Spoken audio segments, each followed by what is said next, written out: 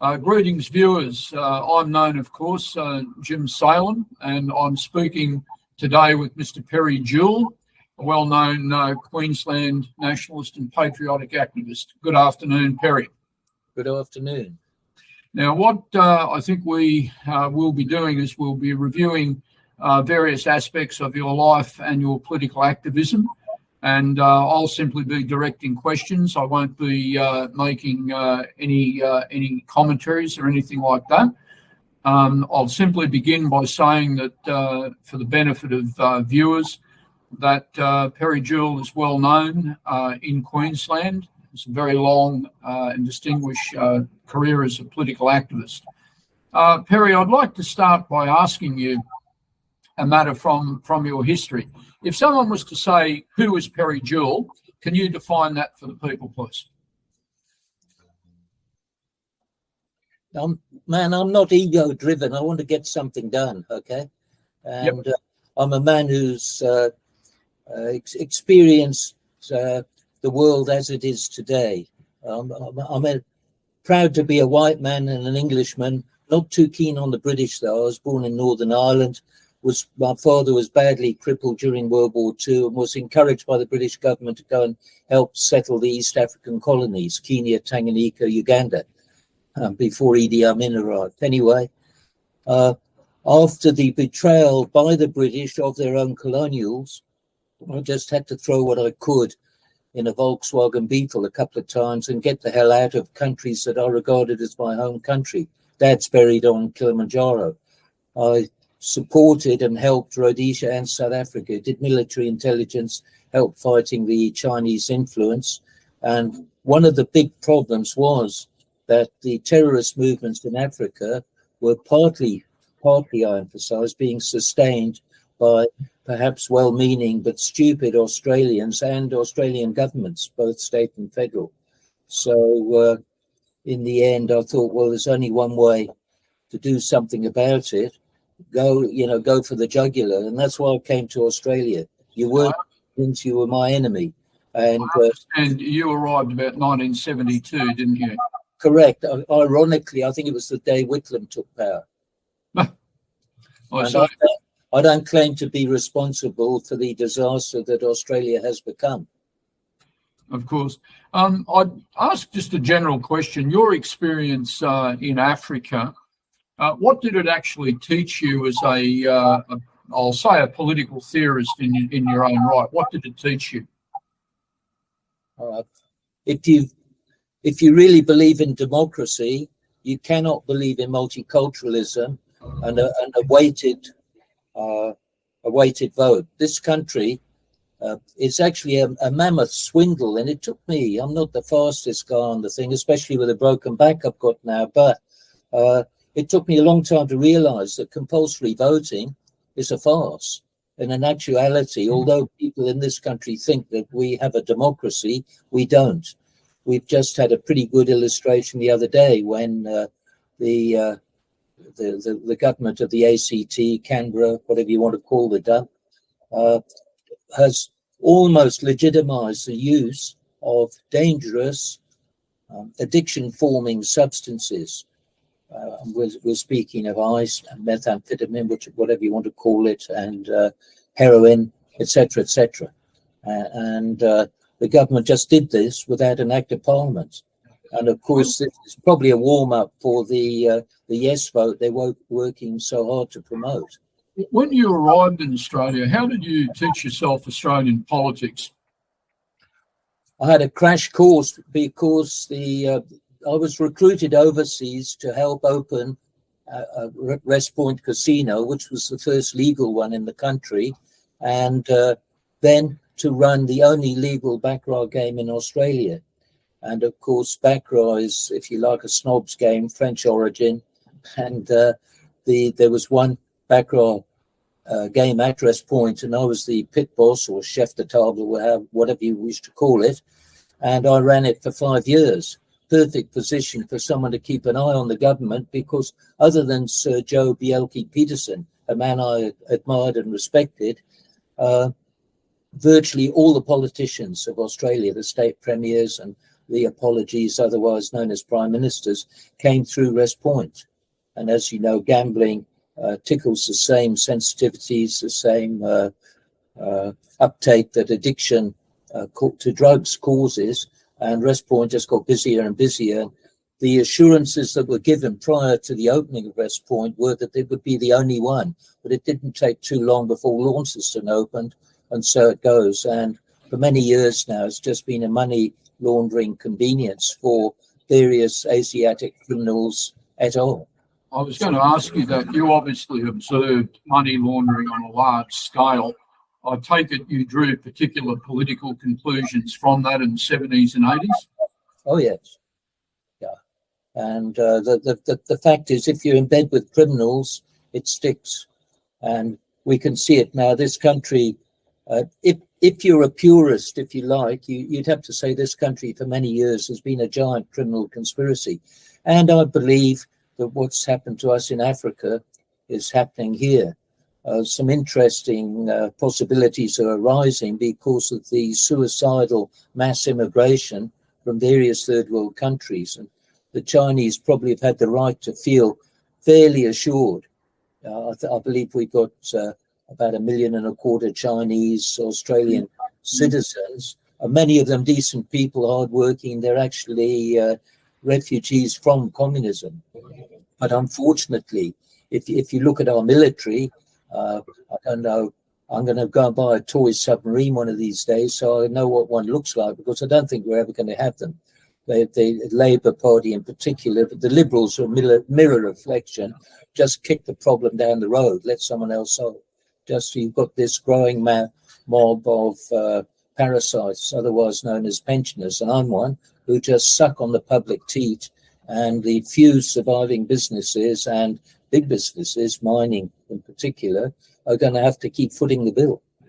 How did you, obviously we can understand some of your political perspectives that are long running, but how did you make the decision and what did you do about entering into politics?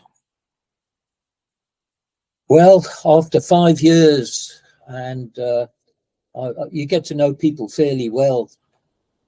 And you know, we had a huge passage of people and visitors in Tasmania. It's a beautiful place, a lot of nice people, fairly simplistic politically perhaps, but that's not surprising. And then you hear the lies told about the Aboriginal industry and the human chain across the Tasman Peninsula that walk the poor bastards into the sea. It just never happened.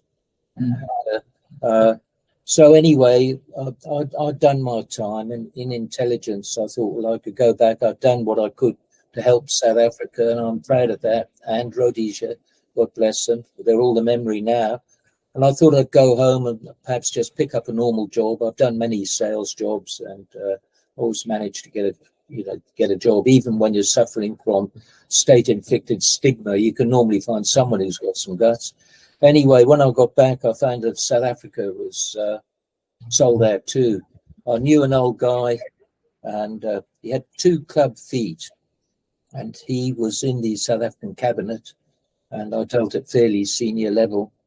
Jaap Marais was his name, and Jaap said to me in his clipped Afrikaans accent, he said, "Perry," he said, "in the good old days of the National Party, I stood next to Hendrik Vervoort."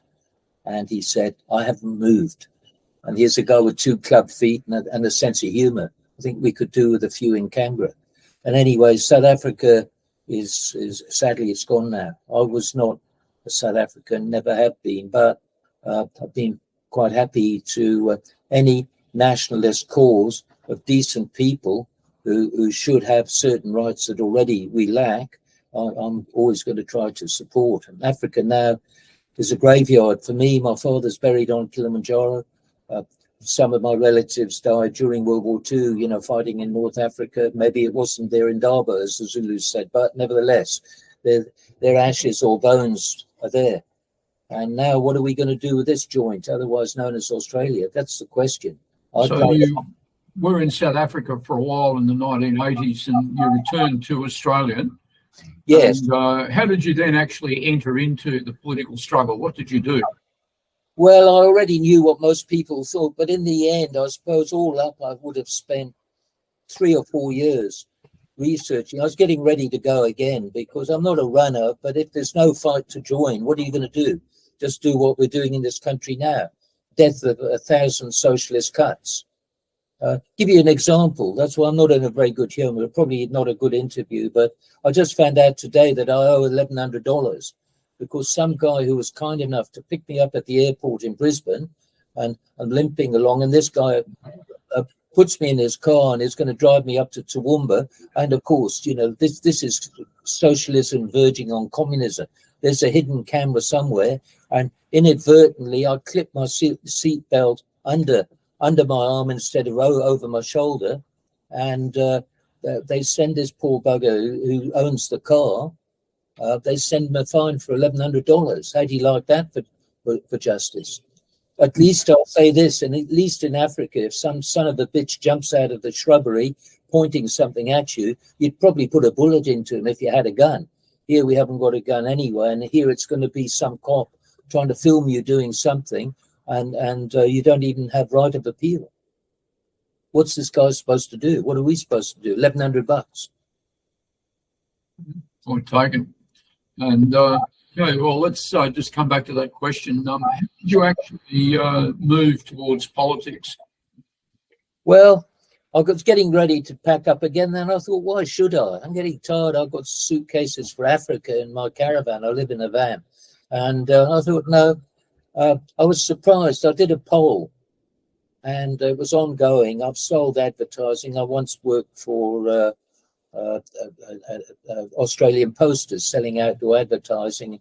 I guess if you can sell that, you can sell anything. And I found that most people agreed. And I drew up a document. It was headed, "A Promise to the People of Australia." And I thought of a name. I'm a born-again Confederate. I'm just hoping the South will rise again, but I'm getting a bit long in the tooth, so I wish they'd hurry up. And this Promise to the People of Australia ended up with 44 abbreviated policies, a space at the bottom to apply for membership, which then full membership was $50. This, you know the year better than I. You're a historian. I'm not. I'm bad on 1990. So, and across every single one, we used Cook and Marsh in Laidley, the printers we used, they accounted for 3 or 4 million single sheet A4 statements, headed "The Confederate Action Party, when elected, will," and then it started number 1, "Federalize the first degree crimes of rape, murder, arson and terrorism, and reintroduce the death penalty." And it went on next, "Guarantee the right of self-defense." And of course, it's no use having a right if you haven't got the means. We've got neither the right nor the means of self-defense at the moment. And multiple murderers are still breathing. Multiple rapists, even worse if it's possible. Sometimes, yeah, anyway. And it went on, and we would brought in national service. The bottom line policy was to hold a referendum, which is strangely enough that we've now got one on the way, but we wanted to hold a referendum so as to include citizens-initiated referendum and recall. This is controlled by citizens and voters, not governments, state or federal. And we figured if we could get that far, of course, we'd have had to be in power wherever it was. But obviously, if you're contesting the whole country, you're going to win a state sooner or later. And there's your trial horse right there. So anyway, what happened? We couldn't get publicity at all. Not a word. In those days, the Australian Democrats, I think Cheryl Kerner was the lady's name that led that, they were the official number 3 party. They never even reached 1,500 members. They only needed 500 for registration then. And I remember when I went to a draw, we were contesting something somewhere, we already had a few thousand. And the idea I hit upon was a direct approach. I monitored seeing we couldn't get any government or newspaper publicity at all. I monitored the newspapers, and I signed up as members a couple of stationers. and they would keep the letters to the editor page for me of every newspaper in the country. And I would sit at home until 3 a.m, vetting these letters to the editor. I had every telephone book in the country, and in about half the cases, I could get enough of an address to send them a letter. We're enclosed. I promised to the people of Australia, the little slip with it read, "Our dear fellow Australian, you recently wrote a letter to the editor that appears to confer with one of our policies," and I would highlight that one. Wasn't a huge result, but it was a result. We were getting a 4% return on that, which gave us a steady increasing volume of members. But this was planned like a military operation. The idea was to clean up in the country, and then when we had sufficient branches, basically lay siege to the cities democratically by election. And we had 75 branches in Queensland, and even in West Australia, a couple of the mining towns, we had 30 or 40 members. What sort of people joined Confederate Action Party? That was what made it exciting. We had all sorts of people. We had a slight predominance of older Australians. A lot of them had fought in various wars and were genuinely patriotic. But we had our share of younger people. We had a $10 membership for young people, $20 for associate members. And someone once said to me, "Perry, what's the difference between a full member and an associate member?" I said, $30. It was. Some people didn't have $50, and it's no different now. I mean, $50 then was a lot more money than now, but we were getting, most of our members were full members. I once read an election file when I did some research on Confederate Action, and there were these beautiful letters written by very ordinary people saying that this was the first political organisation I'd ever taken the time to join. Was that the spirit of CAP? Certainly was. And they were lovely people, and God bless her. She and her husband, Ted and Nell Condon, they were from Ravenshoe, and she used to write wonderful letters. And of course, I sent her one of our promises to the people, and back came a reply and saying, couldn't I send a speaker up there? So I phoned her up. She put a phone number on, and I said, Nell, I said, I'll come up. Oh, she said, would you? I said, yeah, I'm just a normal bloke. I said, matter of fact, if you've got a bed or a piece of floor, that's good enough. I was a lot younger then. This is how long would this be ago? 40 years or something? 1990, 91, I'd say. Yeah, well, I'm 82 now, so, I'm probably only going to live another 10 or 20 years, maybe 30. We'll see about that. But anyway, Nell, bless her, she set up a whole lot of meetings, and we ended up with 10 or 11 branches up on the Atherton Tablelands and some quite remote areas. Sometimes I was speaking, I didn't know where the heck I was. But it's like when I drove overland once. I was born in Ireland, and I think that does something to you. I used to have an altimeter in my Land Rover, and someone saw this damn thing in there and said, why on earth do you need an altimeter? I said, well, when you're crossing the Sahara or one of these deserts, I said, it won't tell you where you are, but it will tell you where you aren't. Irrefutable logic, eh? Indeed, it's called a dialectic. Now, in the case of the Confederate Action, the record shows that the party actually expanded quite well and was some sort of challenge to the National Party. What happened to it? Well, we were ultimately quite successful, and it got beyond my control almost, because remember, I wasn't working. I never earned a cent. I got a lot of free rides, and I designed it so that in politics or war, you've got to have transport and communication. Where could we get free transport and communication? From the truckers. We have 4 of our 10 national executive were truckers. One guy ran a fleet of 80-something trucks down to Sydney from southeast Queensland. If I needed to speak in Sydney, I'd ride a truck. And so it went.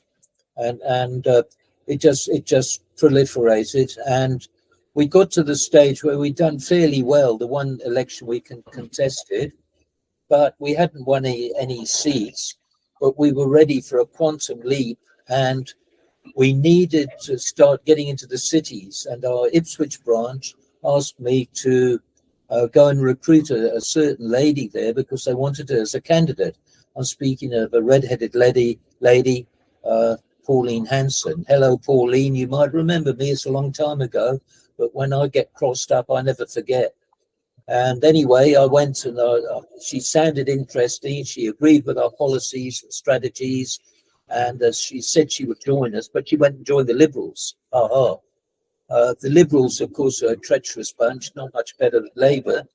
And after she started campaigning, they didn't like the way she was speaking because she was taking her policies straight off our policies, our promise to the people of Australia, death penalty, for rape, murder, arson and terrorism and national service and all these things.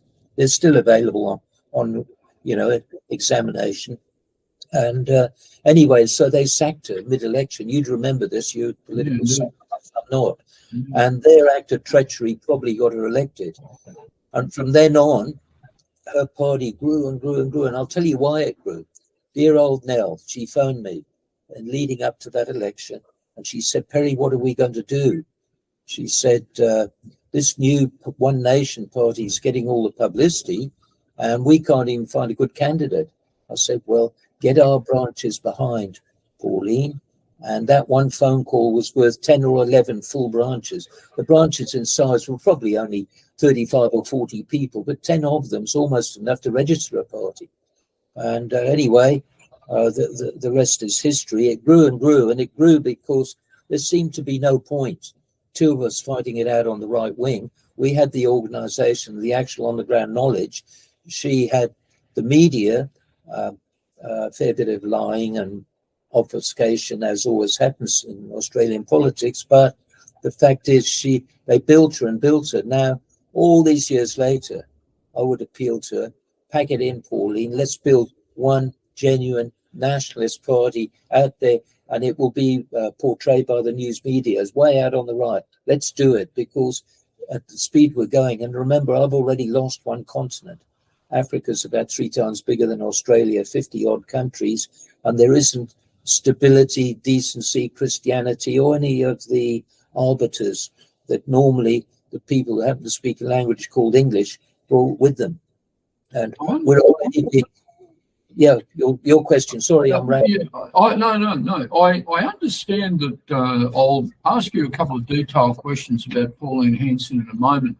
But it's always been my understanding, before you actually got to meeting Hanson in '96, the CAP had been very badly disrupted. Can you shed some light on how it was disrupted and why?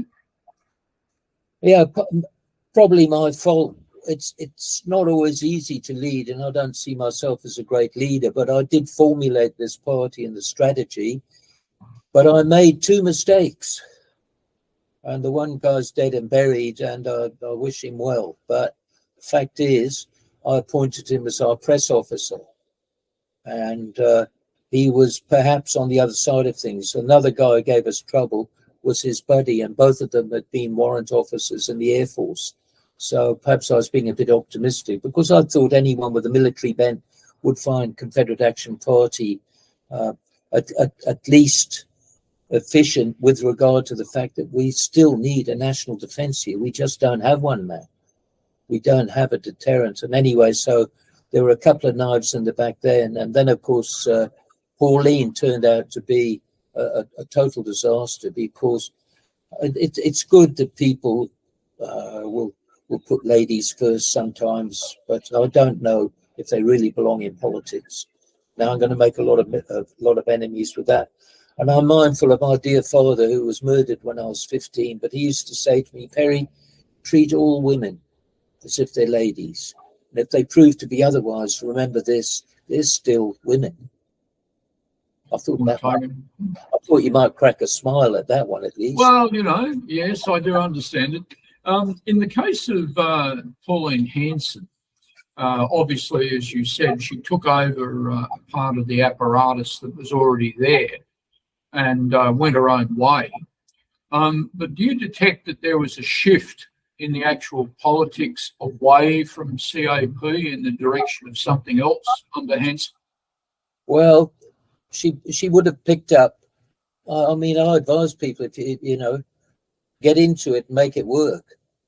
And so they probably had the right to assume that she was going to follow our promise to the people of Australia. And there's nothing sinister in that. Bearing in mind, 1 year after election, we'd have had a real referendum, not a compulsory vote, just a free and fair referendum to decide whether this country could write into its constitution roughly the same as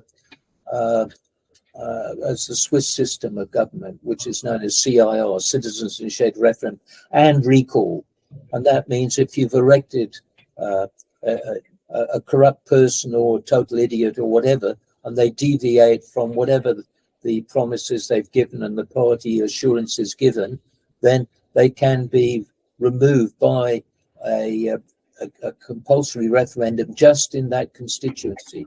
Doesn't have to wait for a national election. I mean, a country's got to be moving onwards, not get hamstrung every election with all these malcontents rising to the surface again. In the case of like One Nation, obviously went through a very short period and then effectively faded away. It's come back now under a new roost, but it faded away after about 2001, 2002. Do you think that the bulk of people who had supported CAP, which had achieved very, very significant electoral and other results, where do you think those people moved to in those years after being disappointed by Hanson? What happened to them? Well, I've still got a few friends who remember, and sadly, some of them say, well, it's too late, the country's too far gone. And that always upsets me because it's never too late. You're better off to die standing up than just consigned to a nice little socialist graveyard somewhere where they're probably going to, build an Asian swimming pool on top of it or something. There's no respect left for our traditions, our heritage, our faith. And we're rapidly getting to the stage now we will lack the numbers to do it. And I really believe that unless we get involved again politically, irrespective of age, that we'll get to the stage where only violence on the street is going to change matters. Bearing in mind that the only people who've got weapons now are minuscule security forces and criminals. We get almost every week now, we get gangland killings, hit and runs, and this and that. One of the notable changes, and ladies, I think a lot of the structural changes in the police forces are that a lot of us optimistically hope that the police women will be a bit more honest and effective than the police men, because we had, certainly in Queensland, we had years of corruption. It's still going on. The drug scourge, that's my speciality. I'd like to do a program on whatever this thing is, one of these days, on the destruction of this nation using drugs. And there's no doubt whatsoever. I've spent many years on this. I've just dissolved an organization that was called ADDICT. ADDICT's an acronym for Attack Dangerous Drugs, Injustice, Corruption Task Force. Too much of a mouthful and a negative name, but nevertheless, that's our principal enemy, other than our own politicians, are the people who are that slack. You've just seen it in Canberra. They caved into the drug lobby. I'll just take you back for a moment into the days of CAP. There was a branch manual that CAP issued. Do you remember that? Yes. And there were 3 little books. One was a platform and philosophy. One was an activities manual. I forget what the other one was, but there were 3 of them, yes. And each was a different color. There was a buff one, a green one, and something else. That's right. I have those. I have those.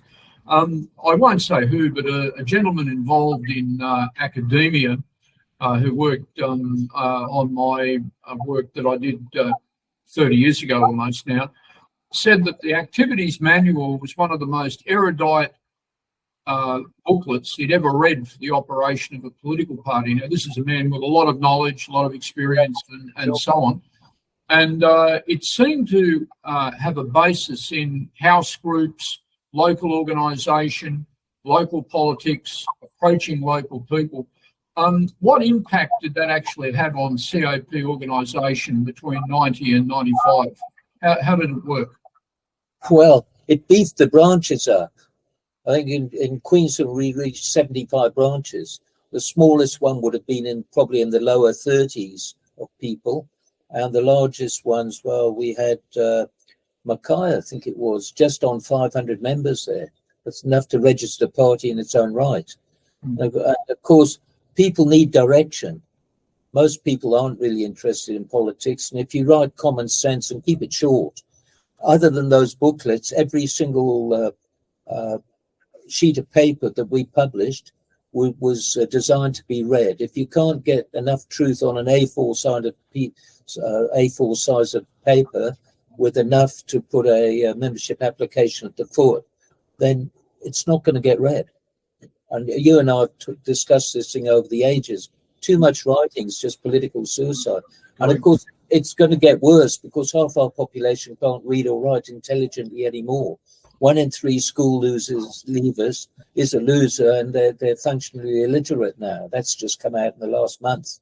And of course, that's one of the penalties you pay with multiculturalism, because we've inherited some of the British arrogance with the language that we're blessed to be able to use. In that, a lot of people are proud of their origin, and I've been lucky enough to live right on the Natal Zululand border. And my Zulu garden boy was a fantastic young bloke, clever. One thing though, he just had pride of race. And in the Zulu thing, he actually didn't have a known father. Obviously, he had a father, but where was the son of a gun? And if I'd been black or he'd been white, I'd have been proud to call him Sam. He had all the qualities. And of course, they're running South Africa now. And then Mum spent a long time as a travelling accountant, and she would tour around the big ranches in East Africa. We used to produce a lot of beef, and she'd be supplied with a house and a garden boy, house boy, and this and that. And some holidays I'd spend there, and one of them happened to be on the Marseillan border. They were the ones who used to wear the red ochre blankets, and they'd go hunting lion, and they would stand in the path of a charging lion with nothing but a cowskin shield and a spear. People like that are brave, and people like that are proud, and they don't want to be considered second class anything. And I'm a bit that way too. If this country wants to abandon its language and its faith and everything else, well, what's it got? I was going to say to you that were people shocked, or however you might want to describe it, when you actually informed them that race was actually an issue? Yeah, well, it will be an issue because we've got, I don't want to be too picky because a lot of them are genuine refugees, but a lot of them aren't. They're refugees using the status as an educational and economic gain. And they're here to take what they can get. They are already taking the advanced educational opportunities that should be going to many young Australians. And people say, oh, well, they're too lazy, this, that, and the other. They don't want them. But that's not altogether true. And the cost of education is blowing out. But the net end result is that take a nation like India, where they classify 300 or 400 million of their own people as untouchables. And then if we steal and educate their intelligent people and let them to come here, live and settle, what's going to happen to these 300 or 400 million untouchables? So we're going to take them as well. And what's happening is, of course, we all know this. Let's call us alternative politics. The United Nations wants to use Australia as a dump. Unwanted people, refugees from here, there, and everywhere. And already our educational system is suffering.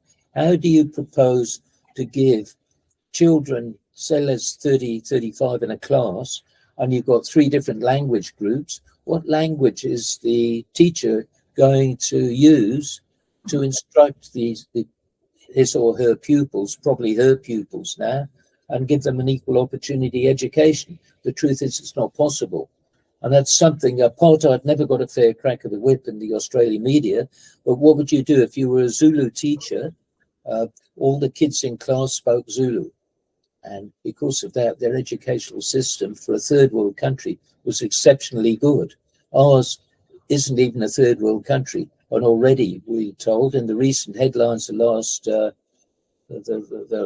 couple of months that 1 in 3 of our students is a failed speaker of English even. If I can play devil's advocate for a moment, you mentioned that you'd worked briefly in South Africa for South African military intelligence. And as you'd remember, in Confederate action, there were various attacks that were made on you by very shadowy people over the question of this intelligence. Can you maybe enlighten just a little bit about that? Well, it's a long time ago, but essentially I was, when Antonio Salazar, he was the Portuguese general that surrendered Mozambique and Angola to black terrorist movements. They had previously had a different status. They weren't colonies, they were considered provinces of Portugal, and they actually had parliamentary representation in the Portuguese parliament. Nevertheless, while they were there was this big band of black guerrilla terrorism and movement, and my mother at the time was helping run the Tanzania Zaza Corporation, and Tanzania was the first country that the Chinese really went to work on with their Belt and Road Initiative. The principal project at the time was the Tanzan Railroad, which pointed like a dagger at white South Africa. Well, now we're talking, 40 years later, it's all gone. South Africa's, down the drain. And mum died a long time ago. Dad was killed when I was 15. I had to go because the British never stood by their own orphans. They'd help everyone else, but not their own people. My father was badly injured during World War II and was encouraged to go and help settle in Kenya and then Tanganyika, but not given any aid at all. We're not people who like a handout. But then, he was killed when I was 15, and I had to go and get a job. There was no free school for us. And of course, if you were black, you could get all sorts of things, as happens today. Seeing exactly the same thing in this country and in Britain. Well, they've got I think the current English Prime Minister now is actually both his parents. One was from Kenya and one was from Tanganyika. You can check that, I think it would be apt to say that the Indian minority in those countries were far more exploitive than the Europeans. Oh, damn right. But anyway, I was of no use to the South Africans and Rhodesians, but my field of knowledge, and I spoke pretty mediocre Swahili, but I knew my way around there. So it wasn't hard to, the only countries that welcomed us were Rhodesia and South Africa. And I promise you this, when you've got to pack up your life's belongings, I used to box pro and I used to train African boxers in East Africa. You can't even get your Sterling rebound punch ball into a Volkswagen Beetle. It ain't going to go. So twice I had to throw what I could in a VW Beetle. And then I thought, no, this is going nowhere, because my field of knowledge was further north. And then during my activities there, I found out, of course, that the terrorist movements was receiving a fair amount of sustenance and support from Australian sources. Indeed. And so I thought, well, what can we do about that? I've always been an activist in my own quiet way. I thought, well, I need to get over there and do something about this. But what was I going to do? I'm English, born in Ireland, but raised rights in Ireland and Britain. So I went over there and, visited little Pakistan, obviously currently known as London, but they were advertising for trainee croupiers. So I thought that would do. And I didn't know anything about West Point. anyway, they started 100 of us, and 10. They told us they were only going to employ 10. I was one of the 10, and because I could speak pretty poor French, Dad had sent me to his old school in Cheltenham, a school called Dean Close, and because I realised once I got to Britain I was going to have to escape back to Africa because he needed my help there. You know, I understand you actually went to school at the same school as the famous Australian patriotic speaker Jeremy Lee. Yes, correct. I wouldn't call him Australian though. Jeremy was rather English. And, yes, I realise that. I've met the gentleman in time past. Wonderful man, great speaker, and I'm sad to say I've met him in passing a couple of times, but I always felt I knew him better because he went to Greenstead's, which was a primary boarding school, and he was 5 years older than I was, and that was a sort of 5-year term there. I'm speaking like an ex-con now, but my little gang, we got the age record. I think we'd reached the age of 6 when we escaped, and we walked up Kenia's Rift Valley and through the hyenas and the lions and this and that. And it formed character, that school, let's say. And anyway, then Dad sent me, he said, well, you've escaped from this one, I'm going to send you to England. So I had a lovely grandmother in Cheltenham in England, and he sent me to this old school, Dean Close. And it took me 18 months to escape. And the only class I ever came top in was French, because I looked at the map. I think, hell, to get home, I'm going to have to walk through this bloody place. I don't even like garlic. And I was going to have to walk through France to get to North Africa. And anyway, one thing led to another, and I escaped and I got back to Africa. But that's another story. We'll come to that another day. Let's just come back to the One Nation experience. I take it you didn't play any role in One Nation? I helped them in that. It just seemed to me pointless to have a bloodletting on the so-called right wing when they're good people trying to get something done. And then came the terrible thing. Actually, he's become a friend of mine, and he would like to appear. We'll hopefully put together a table for. I'm speaking of Jim Savage. He's currently offshore, or he will be available. I think he was One Nation president of Queensland for 10 years. Knows a lot of people, and he's got some disquieting news about it. And I think Pauline's just sacked her latest Labour Party acquisition, according to the media 3 or 4 days ago. His name escapes me. Mark Latham, you mean? That's it, Latham. Yeah, I think he's quite a clever bloke. And the tragedy is he'll probably now try and set up another party. And I'm sitting here with a document. I'll just show you something. Here we go. And this thing is headed, One Seat Palmer emerges a $2 million election winner. And it's a list of all the electoral reimbursement paid out at the last federal election. And it shows you what's happened. The thing I feared worst is that we've now got a splintering of alternative politics. No one's going to win until we get together under one formula. And that formula should be CIR at state level. In other words, the members still control the party. And what we've got at the moment is a mishmash. There's Clive Palmer with 1 or 2 members, and he pulls $2 million. Liberal and Labour between them, and they're virtually a mirror reflection of each other now, picked up nearly $70 million electoral reimbursement last election. And then there are all these independents. There's a list of them there, 30,000 there, 35,000 somewhere else.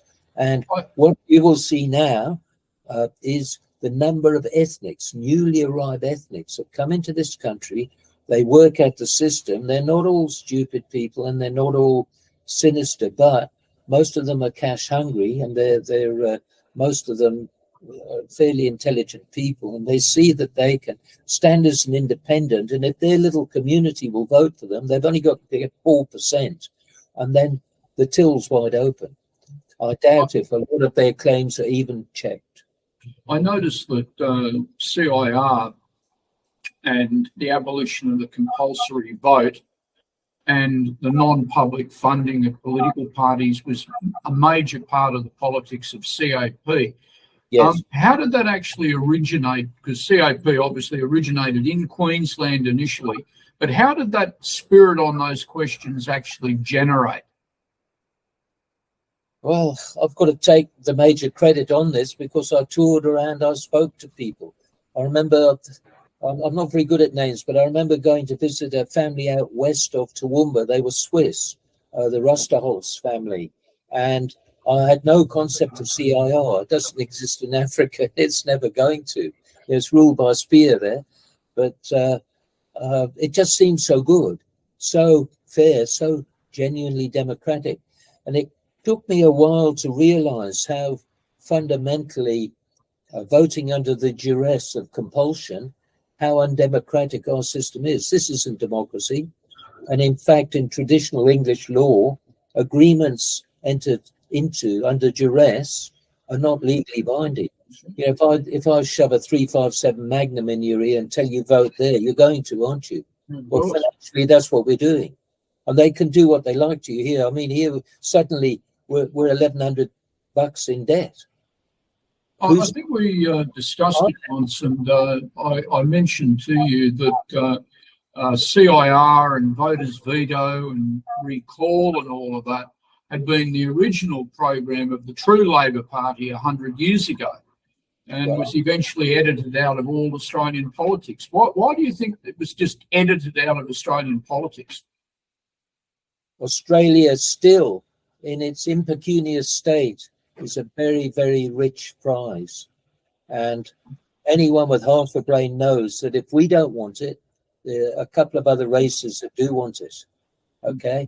And I don't like to be nasty to anybody. I'm invariably polite. But if we don't wake up and do something, we'll get to the stage where we'll be either too old or dead and buried, and we won't be able to do anything. Is this the sort of nation we want to leave to our kids? Can I ask you, obviously we've got a couple of other minor topics, but if you were to sum up, what would the experience, both for yourself but also for participants, have been? Sorry, I missed that bit. What would the summing up of the experience have been for you and for the participants of CAP between 90 and 95? What lesson was learned out of that experience? Well, you're the hardest thing to find are good candidates. And then, of course, when people start to become successful, they tend to think it's their own effort that's done it, not some sort of dogma or policy. And that was our problem. We found a couple of our branches, suddenly they were out there printing their own promises, much as our government does now. But it's not promises, it's just currency now. They're just printing what they need. And you can't be all things to everyone. You know, eventually you've got to be prepared to stand up, take the hard options. People have said to me, you know, you believe in the death penalty? Yes, I do, I say. And they say, well, would you personally be prepared to hang someone? I said, man, it's the only knot I know how to tie. Give me a reef knot and I'll make a mistake 50% of the time, but give me a hangman's noose, the son of a gun will hang. And you've got to be prepared to take the hard options. Of course, then people think they're looking at a dictator. With me, I've got the disadvantage of wherever I am, I'm the man from somewhere else, because I'm really the man from nowhere. Six up called home, and that gives you a different accent, doesn't it? So you don't really fit comfortably in most people's estimation. A lot of people, when Confederate Action came on the scene, they argued against the idea of new political parties and so forth. Why do you say they were wrong? Well, look at what we've still got. Now I'll say that, you know, they were undisciplined, and that's the trouble. You get people, some of them very talented, but they're dilettantes. You know, they fiddle around with a thing and they want instant success. It will take us, and I'm still game to try and help in whatever capacity is regarded as useful by whatever structure we put together. But we've got to be prepared to persevere. It will take 10 years to put together these fragments. All these, look at all those rows there. Most of them are little independent people, small parties, none of them worth much. I have approached Clive a couple of times, never got the courtesy of a reply. And mind you, I've been trying to save the post office at the moment. Our country areas are going to lose their post offices. We need to adopt a thing that we've got in Britain. And I'll save this for another time because it will be a crippling blow, especially in this age with all these computers and gadgets. Old people like me can't use them. I can't use my telephone. I need a basic one. You can't buy one now. It's full of gadgets. Why do I want a goddamn snake on my telephone? It's got one. It does. Do you think that actually there's a lot of disenfranchisement of a lot of different classes of the citizen? You've raised a very good point there. You can be disenfranchised technologically. You can be disenfranchised by not being able to access certain services. You can be disenfranchised by living in a country area. Yes. Do you think there's a lot of building blocks for the creation of a new political movement? I'm certain there is. Let's go. Incidentally, I'll mention it now. I live in a fairly large van and I'm being crowded out of it. I've got 24 years of press cuttings accumulated, and I use this sort of thing to build Confederate Action Party. They're from all over the country, whatever newspapers I could get, but 24 years of them take up a lot of space. These ones particularly relate to linkages with the drug situation. Drugs, gambling, prostitution, money laundering, and police corruption. And it's sobering to see. I mean, we've got the lady currently just retiring as postmistress, but we don't have mistresses anymore, do we? And you know, whose husband or something did 10 years for trafficking stuff. There's another one, top Labour Party person. Yeah, Plibiscite. Yeah, right. You're correct. Yeah, that's good to see. You've scored a point with me. But these people, you don't expect them to throw their kid or their husband on the fire, but normally in a normal society, their wealth would be subject to question, and their commitment to decency, law and order, etc. But here, they go and have their own little party in Canberra, don't they? And I'd like to see the Parliament of Australia suddenly surrounded one day and drug tested. I think we'd find some interesting results. What do you reckon? I'd like to do it, though. Yes. Well, honestly, if we could do it, if we could just bury the hatchet, and the only person I'd exclude from this would be Pauline. Her ego has grown totally out of size and shape, and there are too many question marks there. But there's been so many good people go through One Nation who still would have a lot to offer this nation. Yeah, many people say that. You probably noticed that there's a lot of linkages between the new One Nation and the Liberal Party. Yeah, well, you could dress the Liberals up with a flower in each cotton picking ear and a lollipop in their mouth. You couldn't sell them to me. They're just soft-serve socialists, a lot of them. And if you give people a real alternative, and you just got to win one state and run it properly. This guy in WA is probably quite promising at the moment. He looks like a bit of a maverick, but we need to cover the country. If we don't occupy this country soon, it's not going to be available. And at my age, I'm not going to be around much longer. But if Yes gets up, I don't want to live here. Why would you? You're going to be, if you're a white person, you're going to be accorded second-class citizenship. And I remember a notable Aboriginal guy died recently, and the last thing in his sort of legacy that left, the last word on that document was reparations.